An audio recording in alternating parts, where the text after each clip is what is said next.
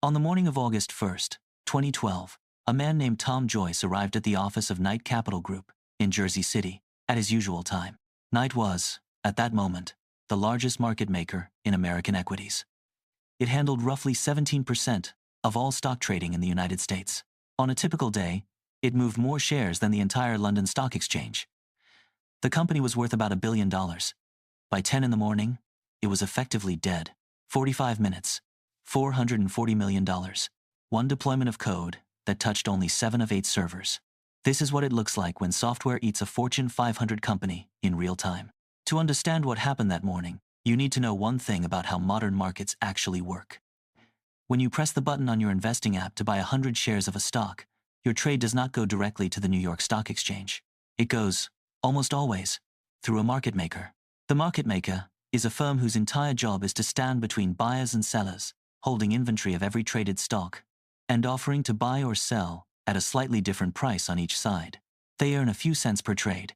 Done at enormous scale, that becomes a several billion-dollar-a-year industry. Knight Capital was very good at this. It had built its own software, optimized over 15 years, to handle millions of trades per day. The software ran on 8 identical servers in a data center. Each server independently processed orders. The system was redundant by design. If one server failed, the others took over. Inside this software was a piece of legacy code. Old, dormant, written years earlier for a feature that the company had stopped using sometime around 2004. The feature was called PowerPeg. It was an automated trading routine that, when activated, would automatically buy or sell stocks aggressively until it hit a built-in limit. PowerPeg had not run in production in nearly a decade. It still sat in the codebase. Nobody had ever removed it. There was a control flag in the software that, when set to true, turned PowerPeg on. The flag, for the previous 8 years, had always been set to false. On the morning of August 1st, 2012, Knight's engineering team prepared to deploy a new piece of software. A different system, designed to participate in an upcoming SEC trading program called the Retail Liquidity Program. The deployment was routine. The new code reused the same control flag that had once activated PowerPeg, except now, in the new code, when the flag was set to true, it activated the new SEC-compliant routine instead. The deployment plan called for the new code to be installed on all 8 servers. A single engineer was responsible for the rollout. He installed it on 7 of them. At 9:30 in the morning Eastern Time, the American stock market opened for trading. On 7 of Knight's servers, the new software was running. When the control flag was set to true, those 7 servers correctly activated the new SEC compliance routine. They functioned exactly as intended. On the 8th server, the old software was still running. When the control flag was set to true, that one server did exactly what the old software had always done. It activated PowerPeg. PowerPeg woke up after 8 years of dormancy. It looked at the market. It started buying. PowerPeg had been designed with safeguards, built-in trading limits that would stop it after a certain number of shares, loss thresholds that would shut it down if it lost too much money. The safeguards were a standard part of any automated trading routine. They had been state-of-the-art when PowerPeg was written. The problem was that the safeguards had been removed in a software update sometime around 2005. The engineers at the time had thought the limits were no longer needed because PowerPeg was no longer being used. They had not anticipated that PowerPeg might ever be turned back on. The version of PowerPeg now running on Knight's 8th server had no limits at all. In the first second after the market opened, that one server began buying. By the 2 seconds, it was buying enormous quantities of stock in 154 different companies. Within 2 minutes, it had executed more orders than most market makers do in a week. And here is what made the situation worse than a normal, runaway bug. PowerPeg was not just buying. It was buying high and selling low. It would buy a stock at, say, $101, then immediately sell it back to the market at $100.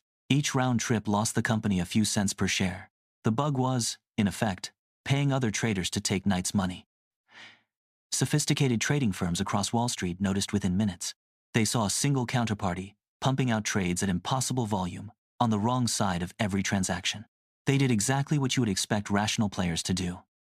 They started taking the other side of every Knight trade they could get. By 9:45 in the morning, Knight had lost roughly $100 million. By 10 in the morning, it had lost roughly $300 million. Inside Knight's offices, the engineers were trying to figure out what was happening. The first hypothesis was a corrupted database, then a network problem, then a hardware fault. They tried restarting servers. They tried killing individual processes. Every action they took, on the 7 correctly configured servers, did nothing to the 8th server, because nothing about the bug was visible from there. Then, in a moment that has since become a teaching case in incident response, someone made the situation actively worse. An engineer, looking at the deployment logs, noticed that the new software had been pushed to the production servers. Acting on the reasonable theory that the new code must be the source of the problem, he rolled it back. He uninstalled the new software from the 7 servers it had been correctly installed on, which meant that all 8 servers were now running the old code. All 8 servers now had the control flag set to true. All 8 servers now activated PowerPeg. The damage rate octupled. It took Knight's engineering team about 45 minutes from the opening bell to figure out what was actually happening. By the time they correctly identified PowerPeg as the cause and shut down the runaway servers, the company had lost $440 million. For context, Knight's total operating profit the previous year had been about $100 million. The morning had wiped out 4 years of company profits before lunchtime. Tom Joyce, the chief executive, spent the rest of the day on the phone, trying to raise emergency capital. Knight could not honor the trades it had made without going bankrupt by close of business. He needed roughly $400 million within hours. By that evening, he had found it. A consortium of 6 investors, led by Jefferies Group, agreed to inject capital in exchange for a controlling stake. Knight survived as a legal entity. Its stock fell 75% in one day. The original shareholders lost almost everything. Within 4 months, what remained of Knight was acquired by a competitor called Getco. The combined company was renamed KCG Holdings. Tom Joyce stepped down. The engineering team was almost entirely replaced. The single engineer who had deployed the new code to 7 servers instead of 8 was never publicly named, and was, as far as is publicly known, fired the same week. In 2013, the Securities and Exchange Commission fined Knight $12 million for inadequate risk controls. It was, by any reasonable measure, the most expensive 45 minutes in the history of software deployment. The Knight Capital case is now taught in nearly every modern software engineering program in the world. It sits next to Therac 2.5 on the syllabus as the canonical example of a different kind of failure. Not a race condition this time. A configuration drift. A deployment that touched only some of the servers. A piece of dead code that nobody had bothered to remove, suddenly reactivated by a flag that had been quietly reused. From this single case, a generation of engineering practices was reshaped. Modern deployments now assume that any partial rollout is dangerous. Modern systems use atomic deployments that either succeed on every server or fail on every server, with no in-between state. Modern teams remove dead code aggressively, on the theory that any code that exists in production might someday be executed by accident. Feature flags are tracked in dedicated systems with audit trails. Old flags get expired automatically. The practice of reusing a control flag for a new purpose, which Knight did, is now considered an actively dangerous pattern. If you have ever worked at a software company that talks about blue-green deployments, or canary releases, or feature flag hygiene, the practices you are following were shaped, in part, by what happened on August 1st, 2012. But the deeper lesson is the same one this channel keeps arriving at, in different forms, video after video. The Knight engineers were not negligent. They were not unqualified. They worked at one of the most sophisticated trading firms in the world. They had standard professional practices. They had deployment procedures. They had testing systems. None of those practices anticipated the specific failure that actually happened, because the specific failure that actually happened combined 3 small decisions that each, in isolation, looked entirely reasonable. Leave old code in the codebase, in case you ever need it again. Remove the safety limits on old features, since they are no longer being used. Reuse the control flag for a new purpose, since the flag itself is just a piece of configuration. Each one of those decisions, on its own, would not produce a disaster. All 3 of them together, in the wrong order, on the wrong morning, with the wrong deployment, produced the most expensive 45 minutes in software history.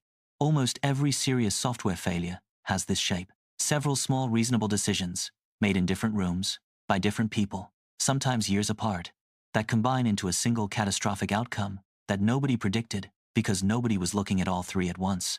Which raises a question this channel has been quietly asking the whole way through this season. How much of our modern infrastructure is currently held up by combinations of small, reasonable decisions that nobody is looking at together? The honest answer, as always, is probably more than we think. Tom Joyce died in 2022. Knight Capital is gone.